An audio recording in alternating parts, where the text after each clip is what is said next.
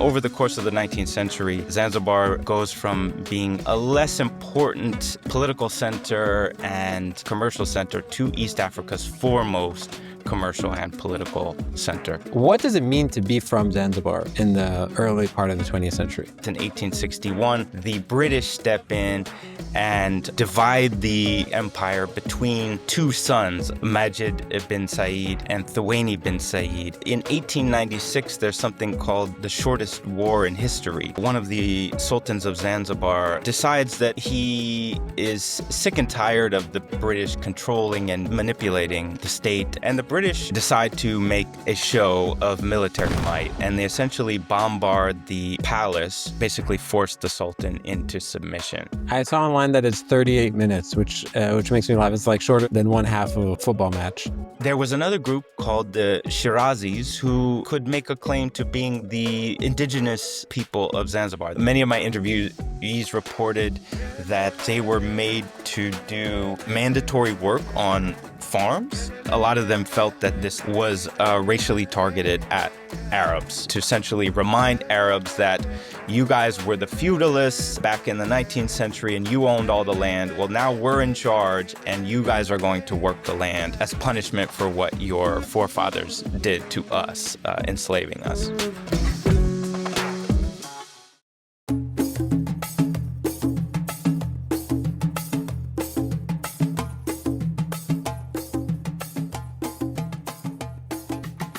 Hey, welcome to the Africa podcast. My name is Mikey Mhenna.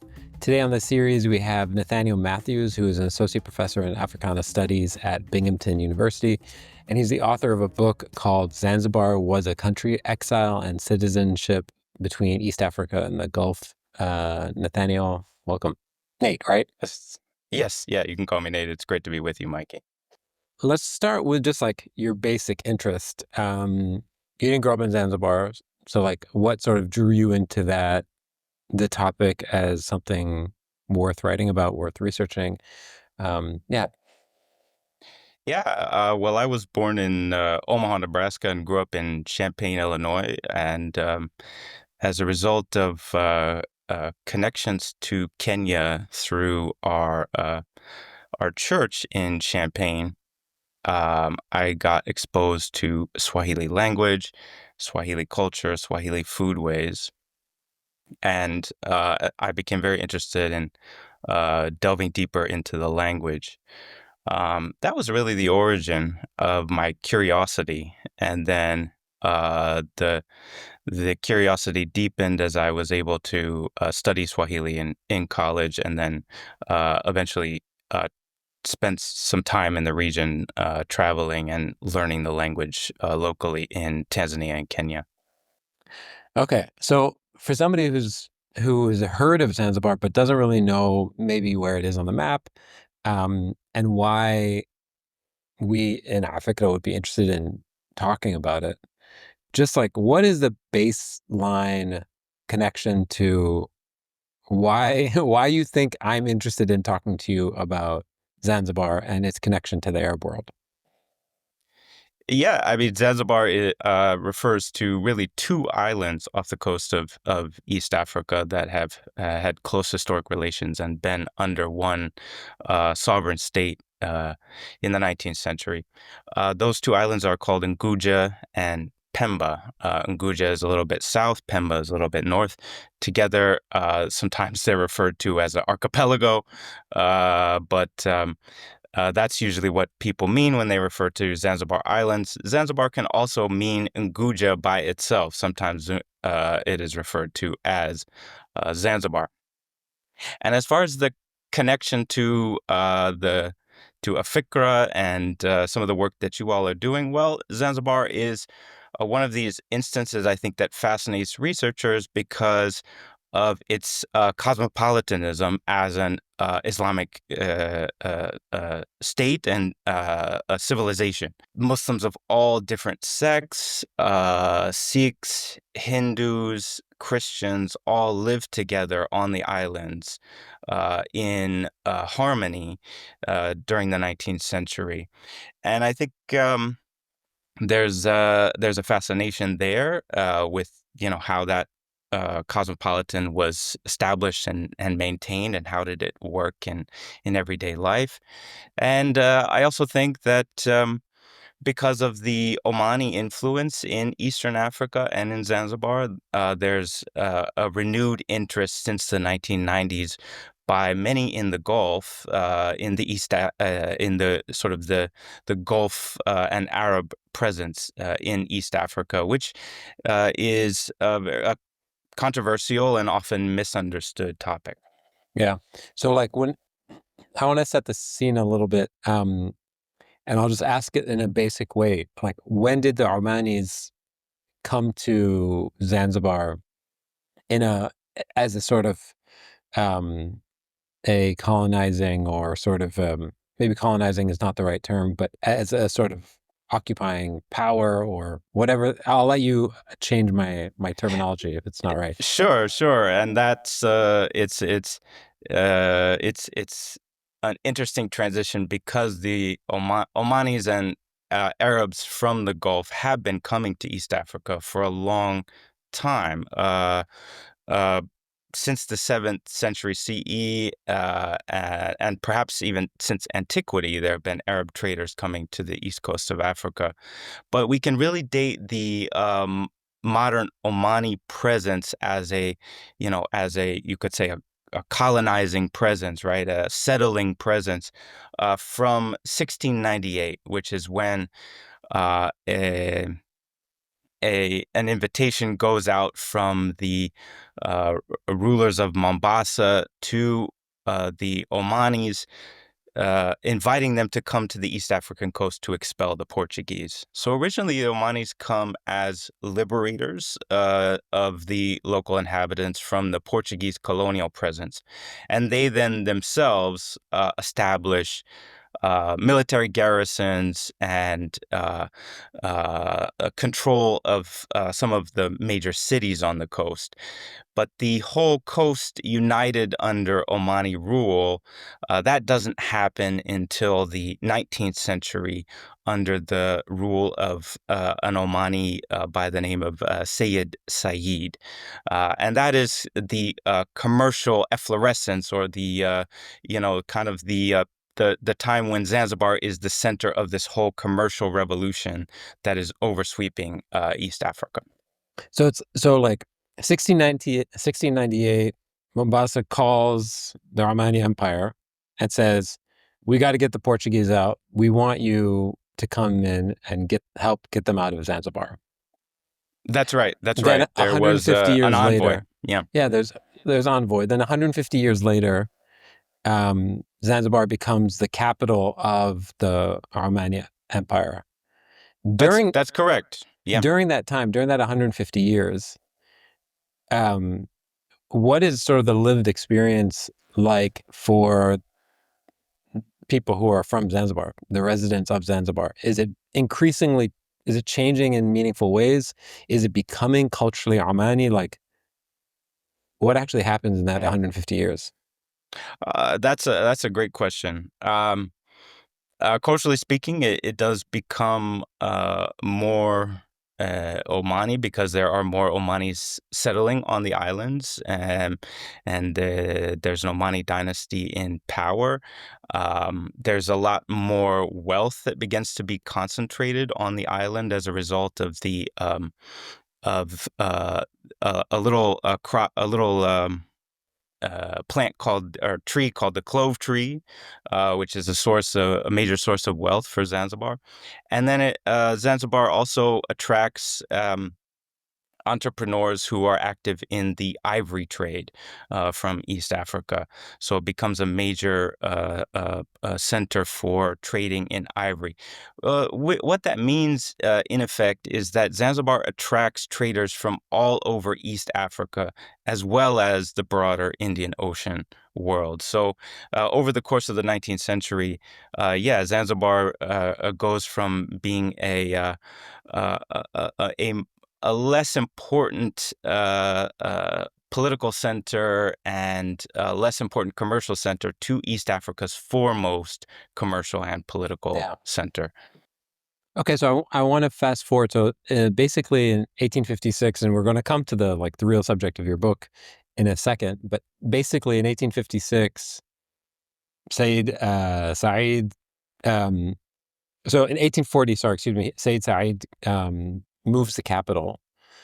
What does that, why did he move the capital to Zanzibar? Why is the Omani capital, or the capital of the Omani Empire in Zanzibar?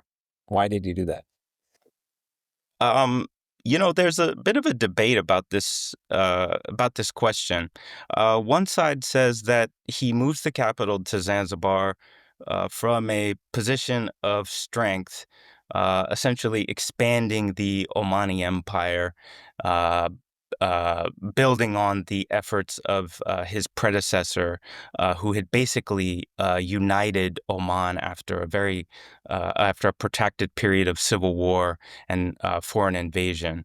Um, so that's one view. The other view is that he moves the capital to Zanzibar because of political troubles in Oman that he wants to essentially escape. Um, Whatever the ultimate reasons behind his move, it is very clear that there are some economic motivations behind the move, and that when he arrives in Zanzibar, he is very keen on encouraging the cultivation of cloves, in fact, mandating many of his followers to grow cloves. Um, and so he was a commercially minded ruler, and I think he saw the commercial opportunities in Zanzibar at the time. And perhaps there was also an element of wanting to escape from the confining kind of political intrigue of Oman. Keep in mind, too, that unlike his grandfather, he did not take the title of Imam. And I think that's very significant. He did not claim to be a specifically religious ruler. He was not elected as an Imam, but rather took the title of Sultan, Was he the which I first think to only take the title of Sultan? yes, he was. Yes, he was. And in fact, his rule over the interior of Oman, which has historically been the center of the where the imamate had its center, uh, um, he only or he has a less authority and control over that area, which is a pattern that continues into the 20th century with Oman. You have the sultans who rule from Muscat, and you have the interior being the seat of the imamate, which enjoys a period of revival, for example, in the early 20th century in 1913. Um, but yeah, he does not rule as an imam, but as a sultan, indicating his kind of commercial bent, if you will. Okay, so let's get to how sort of what happens in 1856, a few years later, and then getting to 1890.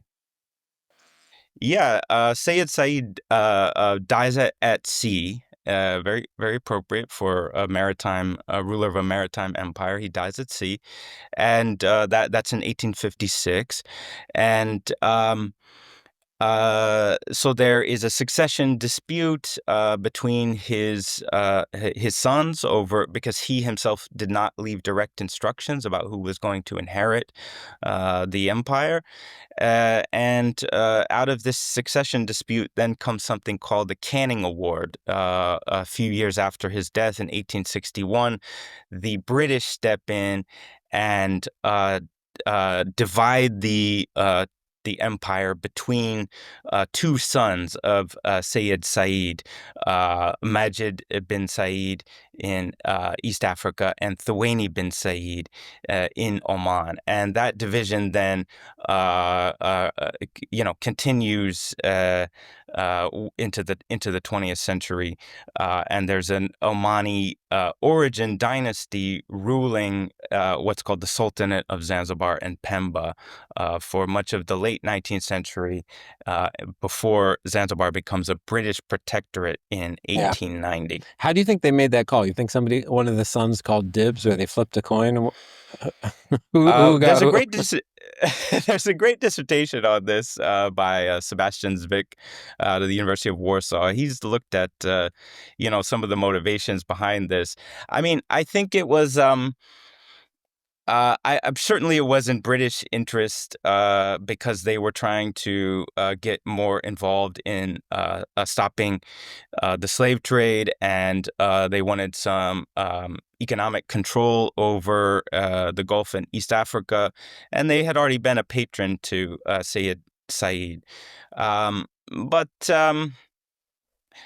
yeah, it's kind of a curious thing because actually after the Canning Award is actually a monetary amount that the Sultanate of Zanzibar is required to pay to the Sultanate of Oman every year, basically in exchange for divvying up the empire.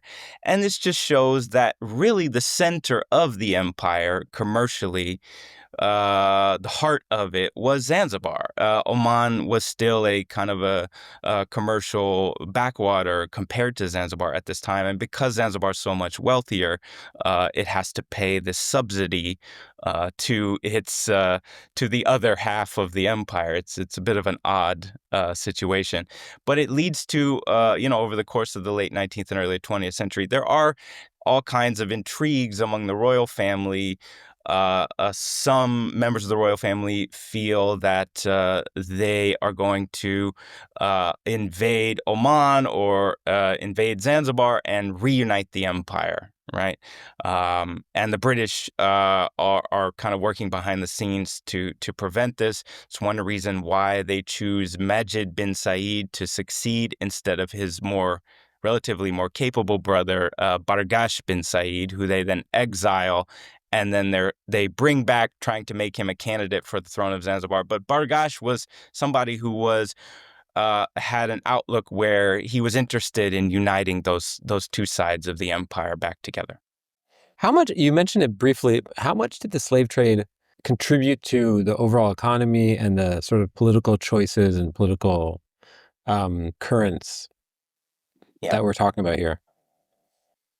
Yeah, well, keep in mind that the agricultural productivity of the state was underlain in Zanzibar was underlain by slave labor, as was Slave the labor case from where? for most of the world at the time. Slave labor from East Africa. Uh, Enslaved people bought and sold, sometimes because of famine and debt. Those were probably the two most common things that could lead someone to become enslaved. And then uh, they would, in earlier times, an enslaved person might be transshipped from the East African coast and go to India or go to Southern Arabia. In this period, uh, enslaved labor is retained on the coast and in Zanzibar for growing these agricultural products that are then sold, in international markets. Um, So in the 1890, Zanzibar becomes a British protectorate. And similar to a lot of the Gulf states, which also become protectorates as through the sort of all the truces, and later becomes the trucial states.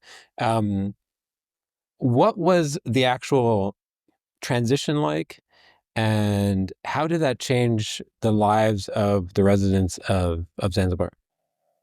Initially, it's a relatively bloodless transition.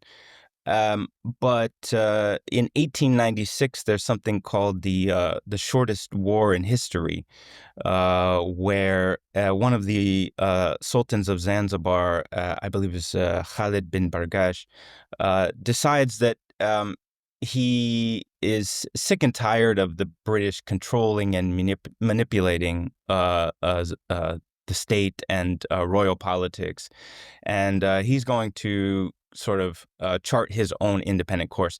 And the British decide to make a show of military might, and they essentially bombard the palace and the coastal part of Stone Town or Mji Mkongwe, and they destroy parts of the palace and basically force the Sultan into submission. So the British, through this sort of show of military force, compel the sultans to get in line with their agenda. As far as how this affected ordinary people, the Protectorate. The British do take some steps to curtail the slave trade and then eventually slavery, but that transition is very gradual. They make it possible for slaves to become emancipated, but they're not exactly really encouraging the abolition of slavery and the transition to a new economic mode. So the British are conservative in their outlook when they take over Zanzibar as a protectorate.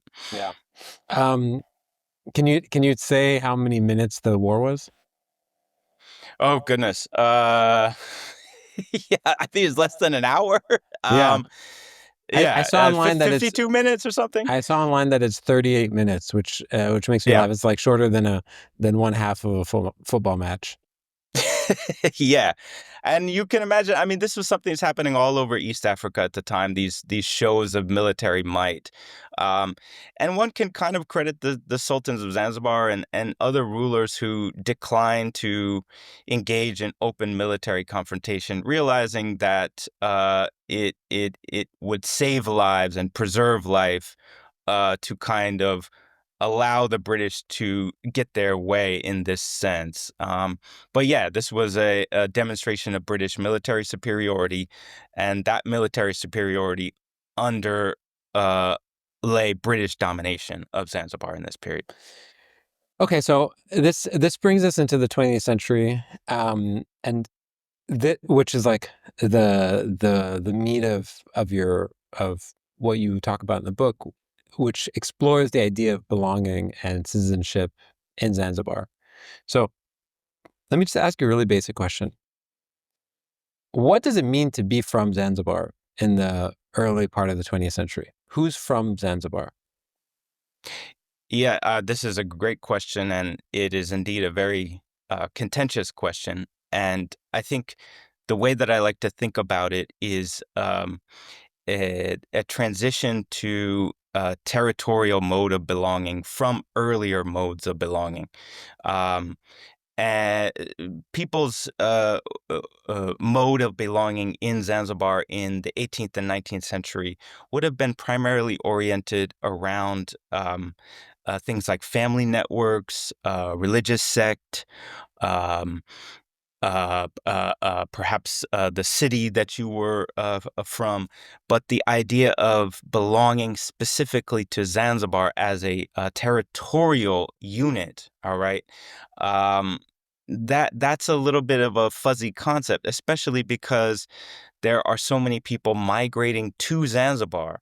And so the question from the early 20th century into, into and up to the revolution is precisely this: who has a claim to belong in Zanzibar, and does that claim rest on one's birth? Does it rest on one's ethnicity or race? Does it rest on a particular religious conception of Zanzibar as a society? Yeah, what's the basis of that belonging? And every post-colonial nation state has to confront this in one way or another. And that's where I think the territorial idea of belonging comes in. Essentially, these things like Indianness or Kenyanness or Tanzanianness or Zanzibariness. This is a territorially based ethnicity, and making that into a vision wide enough to include all the residents of that territory and the criteria for doing so, that's at the core of all the questions of modern belonging. Yeah. So let's go through some of those demographics so people who've never been or don't know much about the place can imagine. So I'm like, let's say there was a census taken in 1930. So this is before the revolution. That it's a British protectorate. There's all these diasporas who are coming. Give us a sense of who would show up. You don't need to give us the percentages on this imaginary census, but like, what are the groups of people who would show up on this census in 1930? Well, there are a very large proportion of Zanzibaris at this time who can trace their descent to the mainland, and who arrived in the previous century as slaves. So descended from slaves who were brought to Zanzibar. East Um, African descent. they would have been of various, East African ethnicities coming from all over Malawi, Eastern Congo, southern Tanzania, etc. And there was another group called the Shirazis who could make a claim to being the indigenous people of Zanzibar. These are farmers. Uh, um, who had been historically residing there again for a very long time, and recent DNA evidence shows that these peoples do have some distant connection to Persian ancestors, hence the name Shirazi. But they also had extensive kinship ties to other local Swahili-speaking Muslims. And then you had migrants coming from the Comoro Islands, which are nearby in the Mozambique Channel. You had migrants from Mozambique itself, from Madagascar. You had migrants coming from Western India, from Gujarat, and and all along the Western Indian coast, as well as migrants coming from places like Sur in Oman. And you also had Hadramis coming from Yemen. But the majority of the society are East Africans, and many of them with mainland origins. And this is what led at least one researcher to call Zanzibar in the 19th century one of those few instances of a slave society. That is where the bulk of the society is actually made up of enslaved laborers who are contributing primarily to the economic basis of the state. And then how many of them at the time, I mean, this is impossible for you to know, but I'm just curious because this idea of belonging, how how porous and dynamic of a place was this? Are these people who think of themselves with multiple identities and like, oh, I'm actually from India. I just live here. Yeah. That's what we would call like translocal residents, people who are living in Zanzibar but retain these very important ties to other locales, and that's definitely a central feature of Zanzibari society. Um, People not necessarily thinking of themselves in terms of being Zanzibari, but in terms of being Omani or Al Harthi or from Gujarat, etc. So I think that idea of territorial belonging really doesn't come in until after World War II. And some of the changes in the legal structure of the British Empire, the British Nationality Act, and other things which make it basically incumbent on states that are part of the British Empire to set their own rules of territorial belonging, um, as the empire is moving towards basically dissolving and coming apart.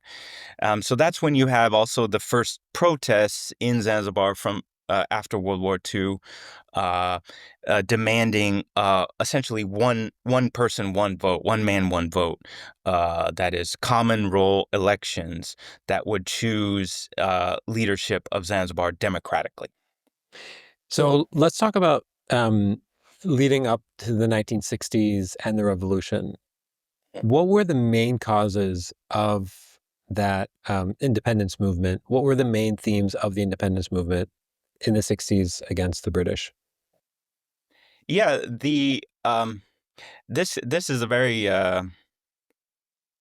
obviously complicated question, but the basic answer is that the first call for common role elections originates among the radical younger members of the Arab Association, um, some of whom had studied abroad in Egypt and were heavily influenced by the anti-colonial nationalist movement in Egypt, and wanted to do something similar in Zanzibar, sort of confront British power with a democratic demands for elections.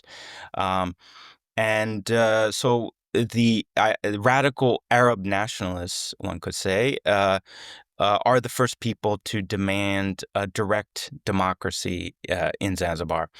Um, yeah, people like Ahmed Lamki found something called the Zanzibar Nationalist Union, which is trying to bring together different elements of Zanzibari society to make a claim for independence.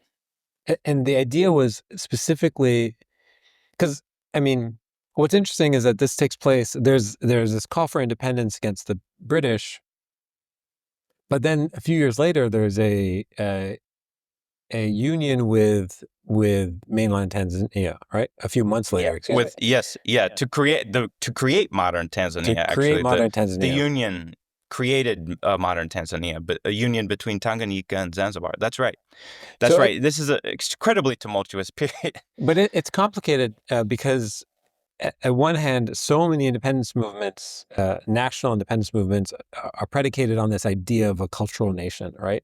And that we're gonna put together some sort of national identity, and a lot of that usually is around language or is around topographical features or is around religion or around something that you can sort of coagulate some semblance of similarity.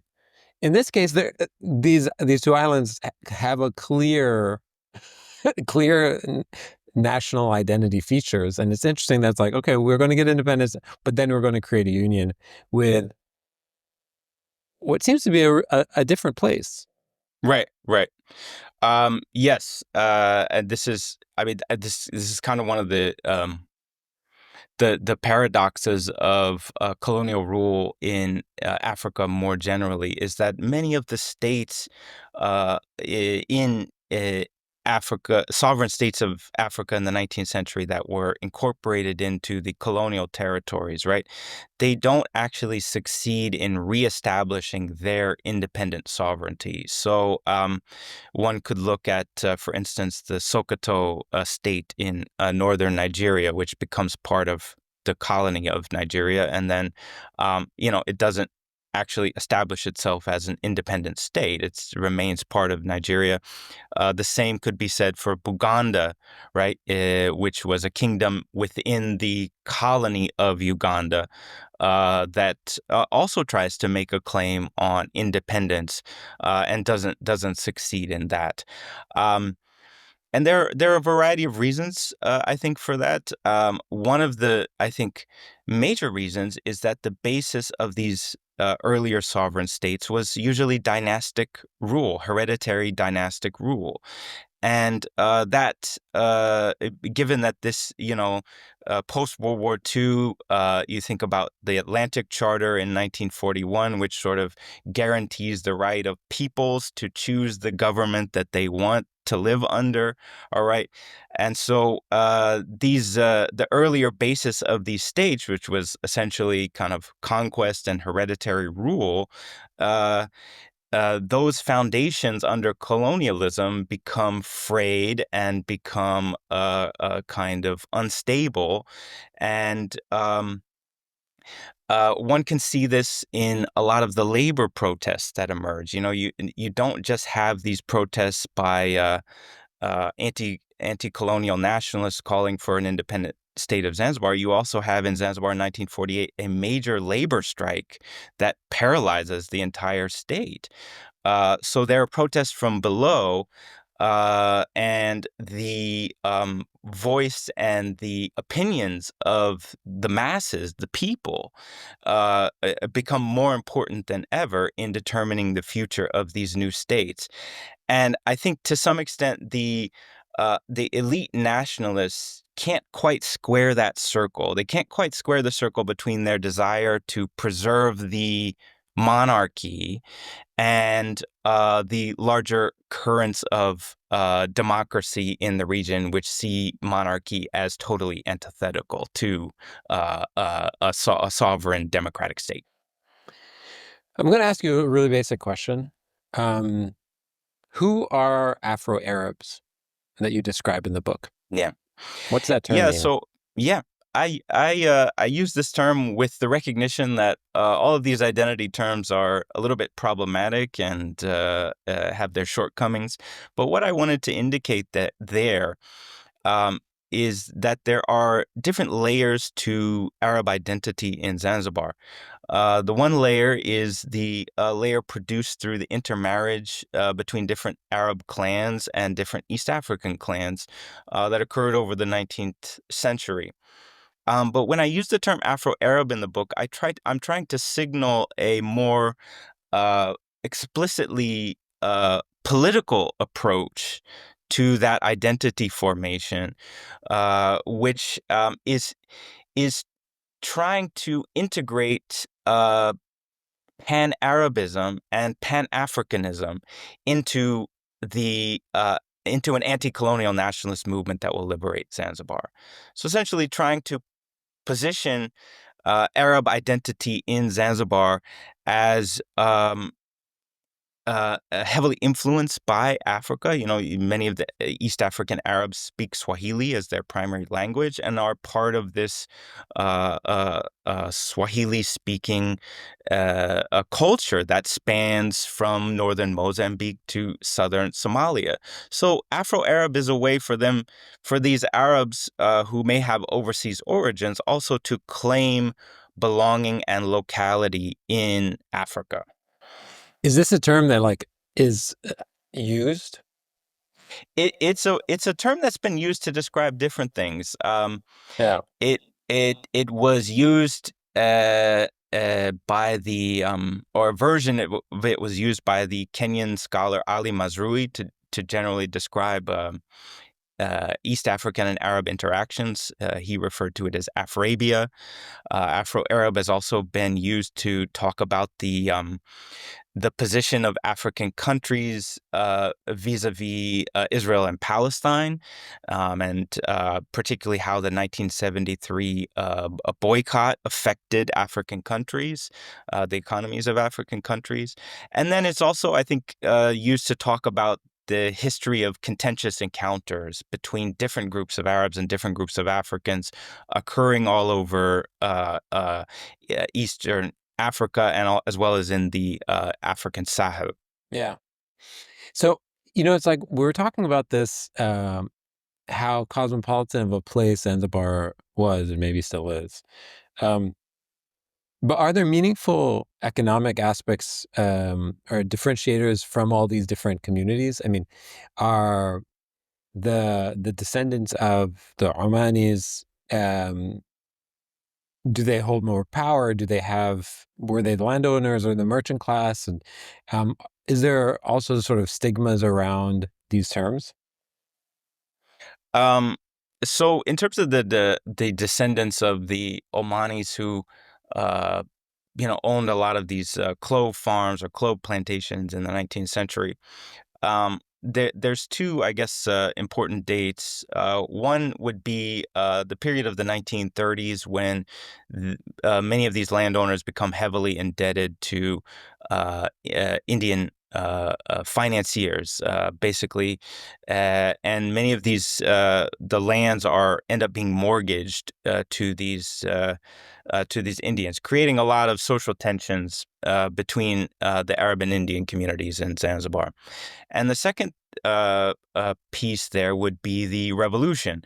There was a substantial aspect to the revolution that involved the redistribution of land. And in fact, there was a program redistributing land in 3-acre plots to the poor and the landless of Zanzibar, basically carving up these large estates into 3-acre plots for after the revolution, and this continued into the 1970s. In terms of who has power and influence in Zanzibar today, um, well, there's been a complete change in a relationship between Oman and Zanzibar since the 1990s. For a long time, it was really not possible for uh, foreigners to come and even own land in Zanzibar. That has changed drastically since the 1990s. Zanzibar liberalized its economy, and there was actually an explicit call by the state for people with, roots, family roots, whatever, in Zanzibar to come back and kind of invest. And so, in that respect, yeah, there are now Omanis investing in Zanzibar, opening up businesses in Zanzibar, So etc. there's a part of the story that we didn't talk about, which is related to what you just said, which is after the revolution in the 60s, there's an exodus. Yes. So can we talk a little bit about sort of what that revolution actually looked like, the violence of it, and why so many people left? Yeah, sure. So from 1957 to 1963 on the islands, there are a series of very hotly contested elections, um, all of which are kind of inconclusive in a way that tends to contribute to raising the political temperature of the islands. These elections are contested between two main parties, and both of the parties experience splits, so that eventually there are at least four different parties contesting these elections. This is the period known in Zanzibar as the Zama za Siasa, or the time of politics. And so the revolution needs to be understood as the culmination of the frustrations generated by those elections. And what are those frustrations? Well, it's basically that in electoral democracy, absolute majorities don't always win elections. And that's because,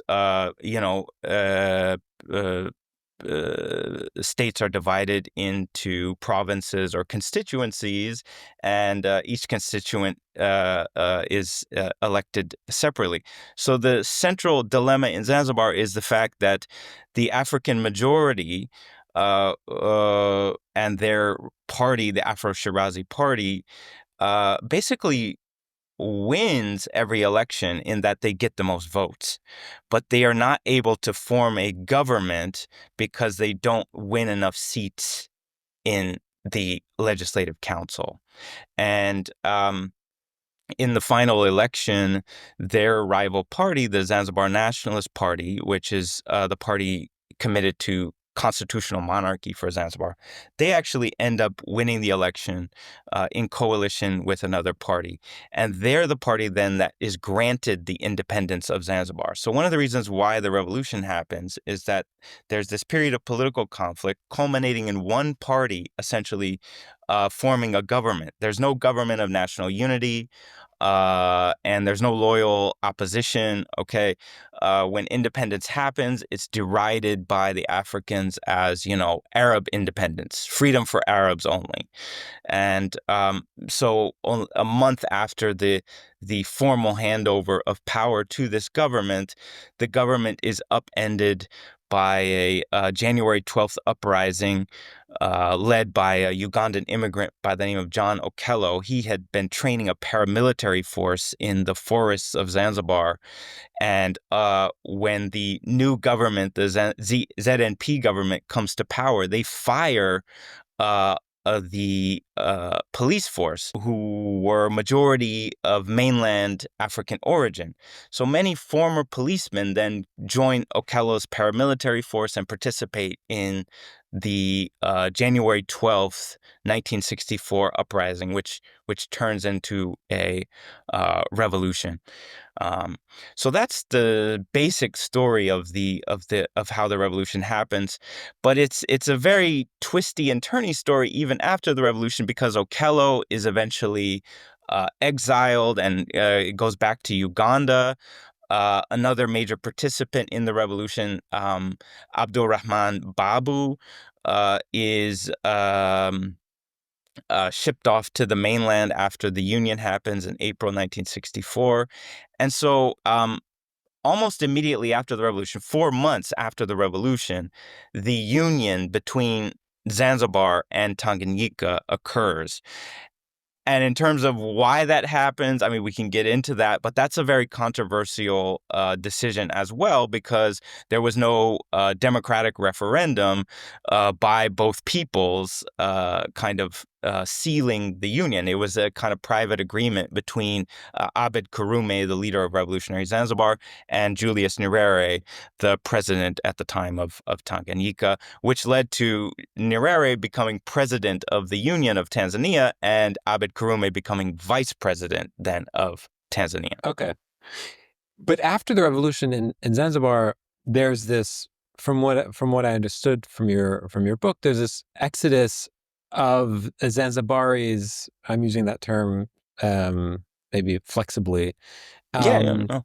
Going to the Gulf, going back to Oman, and going to Dubai and places all over the modern day GCC. Can you explain this a little bit? Yes. So the revolution, the revolution happens. That was what you asked, right? Yeah. um, the revolution happens, and in the few months after the revolution, the Red Cross and the United Nations High Commission on Refugees partner to basically sponsor a number of voyages, taking those who were internally displaced by the revolution from Zanzibar and then taking them to Oman. And several thousand people are taken in this manner on these Red Cross ships. But who? And why Oman? Well, it's an interesting question. And if you go to the UN records, you see this kind of ambiguity about who are these people? Are they Omani? Are they Zanzibari? I think we can say for certain that many of them actually had been born in Oman and had moved to Zanzibar perhaps in the late 19th or early 20th centuries. Some of them did have a legal claim to be Zanzibari, having naturalized as Zanzibari in the previous decade. And some of them actually were reported by the UN to not speak Arabic at all, which indicates to me that actually they may have been born in Zanzibar to parents even born in Zanzibar.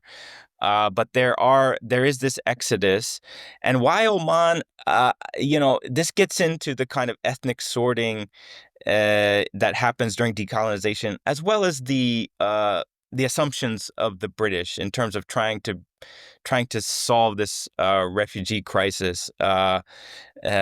British officials are heavily involved in both the UN and the Red Cross relief efforts, and there's a feeling that, or there's an idea that, well, most of these refugees are of Omani descent, so let's just sort of force the Sultan of Oman to take them in, because after all, he is kind of our client, essentially. The British are a major patron of the Omani state at this time, and so he reluctantly accepts these refugees.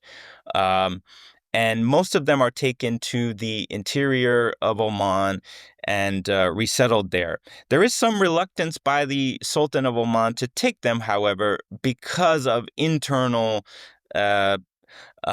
political issues in Oman itself. Remember, we talked about the Imam and the Sultan and the tensions between the two. There is an attempt again to revive the imamate of Oman in the mid 20th century.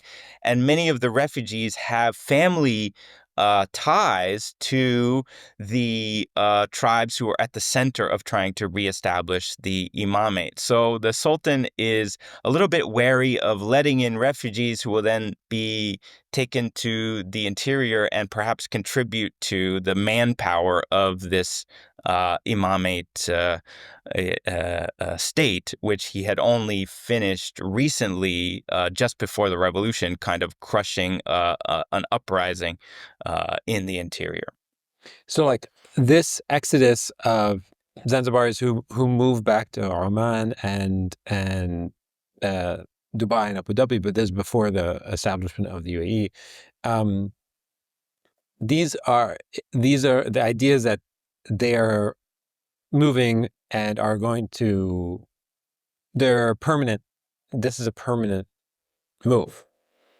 So that's a very interesting question, Mikey. I think for some of them, they do realize the gravity of what's happened. But, when some place is your home, you don't easily part with the conception of it as a home. Even if you are displaced from it, you still retain that idea of, I want to go back home. This is my home. I don't care how impossible it seems. Yeah. And there are many people who retain that conception of Zanzibar as my home, as my homeland, But why? and actually try to go back. Yeah.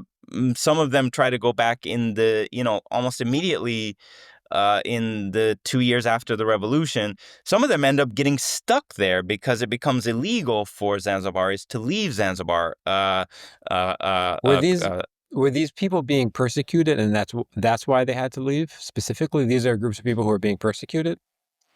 yeah, so I should distinguish between the migration flow that happens as a result of UNHCR and Red Cross intervention after the revolution.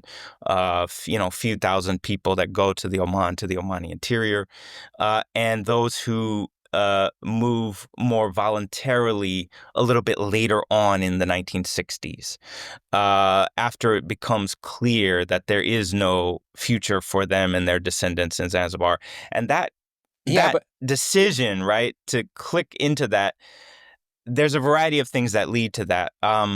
It yeah, I could don't think I'm going to be, stop you because I don't think I yeah, understand. I don't think I understand yet why. Who are these people? Why did they think that? I mean, what information did they have that I'm not understanding that would say I have no future here? Is it because they didn't pass some new litmus test for what it meant to be Zanzibari? Were they part of the problem as far as the revolutionaries were concerned? Were there threats on their life? Did they lose property? Like, why did they decide, you know what, this place that I call my home, I'm going to do this very, very disruptive thing, violent, um, traumatic thing of moving my entire family and changing my entire future? right. It was a combination of things. For many that I interviewed, it was the things that they witnessed during the revolution that ultimately propelled them out of Zanzibar. And that could have been something like a family member being killed, and there was no investigation into their death, nothing, no justice. Um, it could have been something where they had property or land expropriated with no restitution, no recognition of their ownership. Um, for some, they talked about difficulties they had after leaving, the kind of Zanzibari equivalent of high school, and not feeling like the government was really supporting them in getting higher education. So they would be passed over for scholarship opportunities or to study abroad in different countries. Um, there was also many of my interviewees reported that they were made to do mandatory work on farms. Um, and that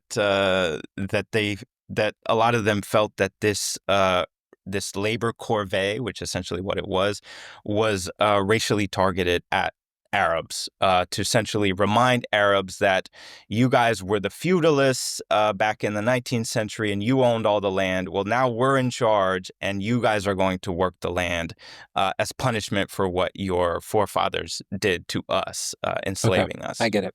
So just because we're going to wrap up soon, I want to get to the sort of this interesting moment you talk about in your book where in 1970, essentially like Sultan Qaboos takes power in Oman and basically opens the door to these Zanzibaris who are now in Dubai and Abu Dhabi and Kuwait and all these different places saying, okay, now actually we want you all to come back to Oman.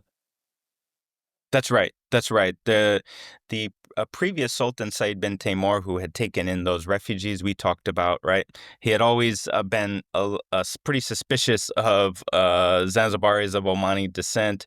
Um, but the attitudes of his son, who takes power in a palace coup in 1970, uh, it, the attitudes of Caboose are much different. And Caboose, yeah, issues an explicit invitation for those of Omani descent to come back home and build the nation. I put home in quotes there because obviously the whole idea of home is in flux for Zanzibaris at this point, and many of them had actually never seen Oman, never been to Oman when they returned. So it was like an ethnic return, if you will, ethnic return migration. How many Uh, people moved back in the 70s? I tried to find exact records on this. It is there is no formal record keeping, or at least if the state Are we did keep talking in the records, they're not hundreds, the opening. thousands, the tens of thousands, the hundreds of thousands? What are we talking My about? guess would be maybe a little less than 100,000 people eventually. Many of these, some of these people had been in were not necessarily Zanzibaris or coming from East Africa, but actually had been, kind of Omani political exiles who had gone to like Kuwait, for instance.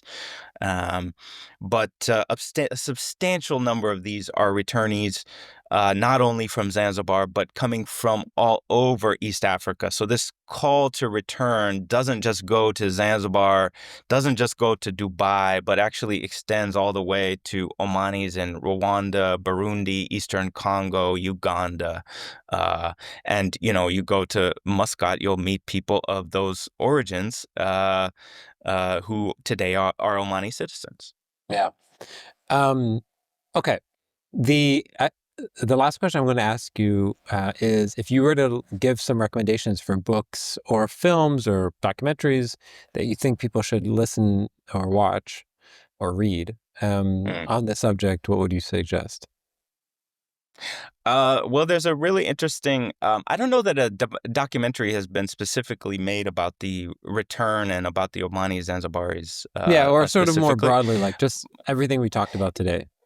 But there's a German-produced documentary called, I think it's called House of Wonders, that uses the House of Wonders, which was the royal palace in Zanzibar, as a lens to look at the Omani presence in East Africa. It's a really great documentary. I don't exactly know this platform where you can find it, but it's around if you can get a hold of it.